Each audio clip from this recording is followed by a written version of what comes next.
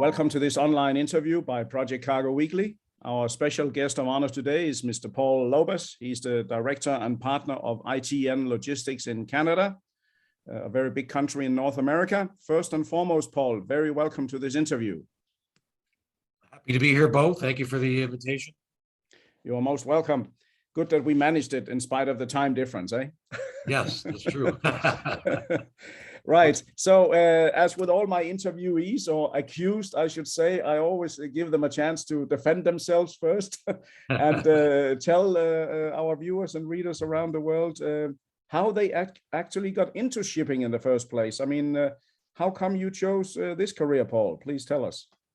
Well, I think the career chose me. Like many people of my age, the shipping industry was an accident waiting to happen. Like you, I know your father was in the maritime industry for many years, and it was sort of a natural path. But for me, I didn't even know what freight forwarding was when I was 18 or 20 years old. I went to college, and actually I studied computer programming.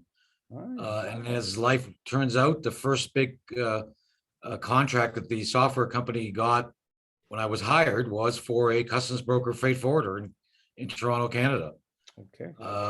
And then from that point on, I've been in this industry ever since. I'm almost 40 years now. Wow, that's a very impressive career. I mean, as I mentioned in the beginning here, Canada is a huge country. What can you tell us about the company that you are a director of and a partner in, ITN Logistics, your locations in Canada, and where are you located, please? Certainly. Our company was founded in 1997, 98, with 5 people. We're now well over 200 people in Canada. We're one of the larger Canadian-owned freight forwarding companies in the country. We have offices in Montreal, Toronto, Calgary, and Vancouver. So we cover basically most of the country. And I'm personally located in Calgary, oil and gas center of Canada. So yeah, this is where I'm at, and that's sort of a broad view of our company. Okay. Of course, Canada is huge. I mean, before I go on with some more practical questions, here's one about geography. Can you enlighten our viewers here about the size of your country? I mean, from one coast to the other. I mean, how far is it? I mean, we're almost 8,000 kilometers from Halifax to Vancouver. The country is quite large. However, 90% of the population lives within 2 to 3 hours of the U.S. border. So even though we have this mass geography, most of the people live in the southern part of the country.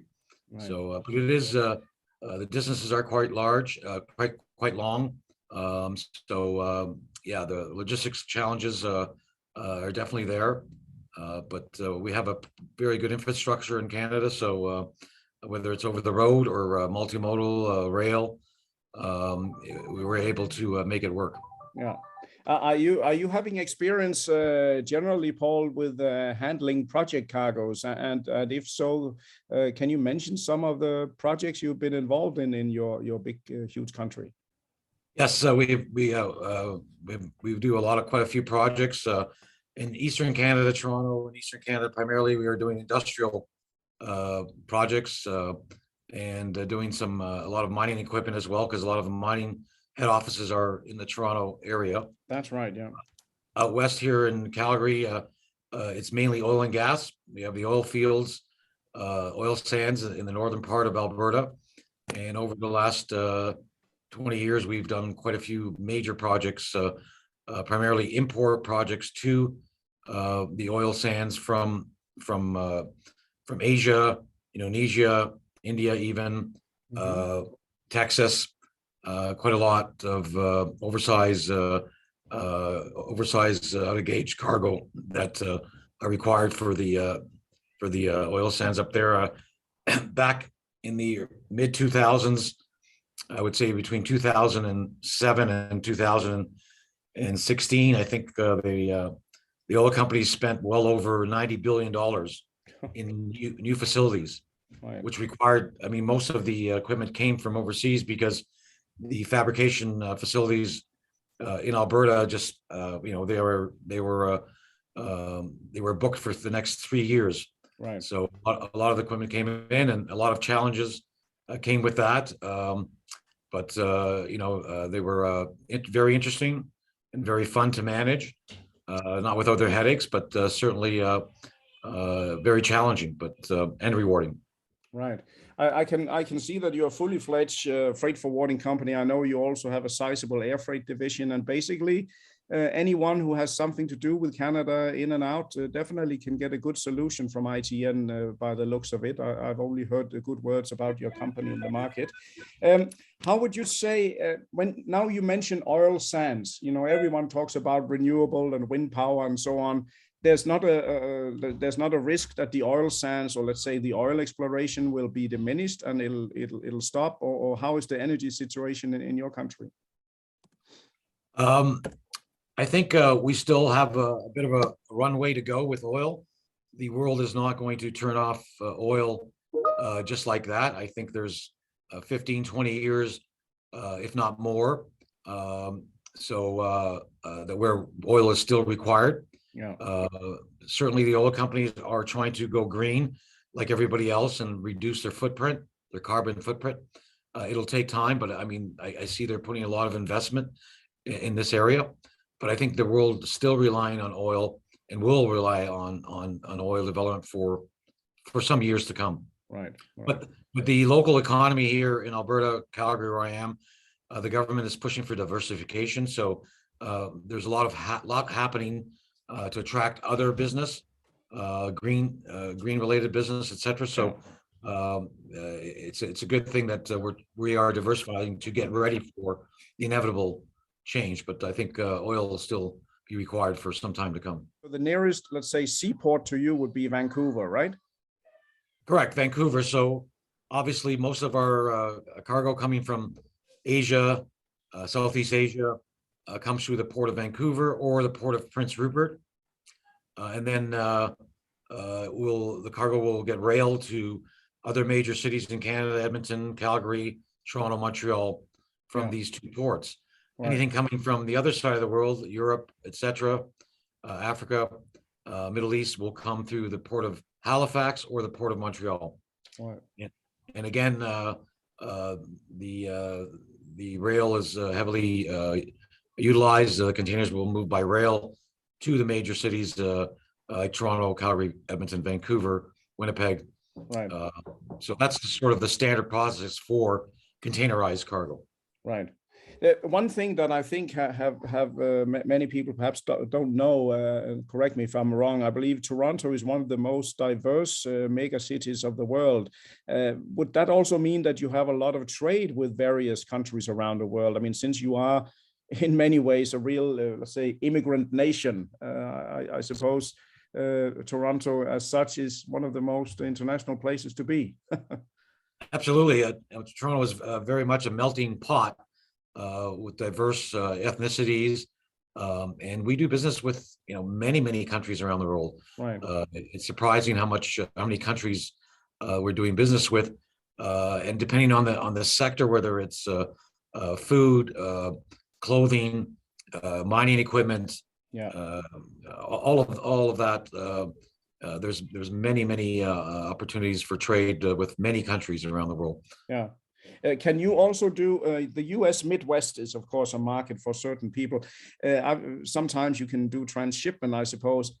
Are some of the Canadian ports used for transshipment into places in the US nowadays? Absolutely. The port of Montreal, many containers are headed for, Michigan, Ohio, maybe even Illinois, but sure, containers come in off those vessels in the port of Montreal, and they are going to the U.S. Mm-hmm. Same with Vancouver, containers coming into Vancouver and Prince Rupert. The train system works very well. They'll take containers right from Prince Rupert to Chicago, mm-hmm. Or even from Vancouver to Washington State, etc. So indeed, Canada is used as a transshipment point. And most recently, because of the congestions, especially in the U.S., in Los Angeles and other ports, Canada has been used quite a bit Yeah. for Yeah, containers. it's of course everyone is up in arms about the supply chain disruptions and the COVID and whatnot, and with more than 80 ships waiting to discharge in the U.S. West Coast, they have to find new solutions. So Canada is an option both on the east and the west coast of your country. Yeah, it certainly has been. It certainly has been. But we did have our issues though back in December, late November, December. We had some major flooding in the Vancouver and just outside the Vancouver area, which closed the highways and wiped out both national rail lines, wiped up some sections of the rail. Okay. So we had nothing moving out of the west coast for quite a while, 3 weeks or so. So there was quite the backlog, and but now things are thankfully almost back to normal. Back to normal. One of the final questions I have for you, Paul, here also for our viewers' sake. Well, everyone's tired of talking about COVID, and so am I. But of course, I have to ask the question: how is the situation in your country now, or where you are? I think with the Omicron variant, the numbers went sky high. I think our vaccination rate is over 80%, but it certainly has affected many businesses in all sectors, not just our industry, but I mean, the shortage of staff in factories, shortage of drivers as far as truck drivers, the shortage of mechanical people that install construction. People there's just shortages everywhere of staff because they're all recovering or isolating because of COVID. But we're managing with our industry, especially with technology. We can have people working from home, and so we adapt. And if somebody's friend or close relative has COVID, then they need to work from home, and it's very simple now. So thankfully, we're capable of doing that. But in other industries where actual labor is required to perform the job, it's not possible. So we're coping. Hopefully we've turned the corner and the numbers start going down. And yes, we're as tired of it as everybody else around the world. Yeah. Now it's been an eye opener for many. And as I said in one other interview I had last week, we don't have to nowadays explain to anyone what logistics is all about. They know us now, and they know they need us, isn't it? Absolutely. Oh yeah, that's so true. I mean, my wife is telling me that many shelves are missing a lot of things at the grocery stores. Yeah. Because of supply or logistics issues, etc. So it's affecting every facet of life for sure. No, I still remember a couple of years ago where the shipper would use the forwarder to shop around, and the rate is not good enough, we change for $50. These days are over, so there is a little bit of a silver lining also. Yes, oh for sure. Absolutely. Those days are they're not here today right now, so everything's obviously more expensive to move. One of the very final question I have for you, Paul, is do you see that the ship owners or the carriers that you deal with, they're basically, what I hear from other areas of the world, they're fully booked on all trade lanes. The nose is in the sky, and even you pay premium, you still get rolled over with the cargo. Is Canada no exception from this? No exception. I mean, whether it's imports or exports, even our exports are getting rolled. Every week we get bookings rolled, and they say the next booking, next availability is a month and a half from now. When we had a booking for this week, and they roll it, and they say, a month and a half from now you'll be on a vessel. Inbound, yes, you can pay the premium, the platinum, the diamond, the double diamond rate, triple diamond rate, whatever they come up with next week, and you still may not get space. So it's a challenge. Definitely. But maybe that's what we love about this business, Paul. That's why we're not sitting in a bank, right? There's always a challenge. Every day is another challenge. So we have to adapt and do our best to meet those challenges. And that's why we're freight forwarders. That's what we do. Definitely. No. I also didn't enter this life to have a boring time, and freight forwarding makes sure of that. Absolutely. Okay, Paul, I want to say many thanks to you for an industry veteran from Canada to give a clear and concise replies to the questions that came to my mind. Of course, I know you from many years from before, and we met several times, and I hope also we can meet soon again. But I want to thank you very much, Paul.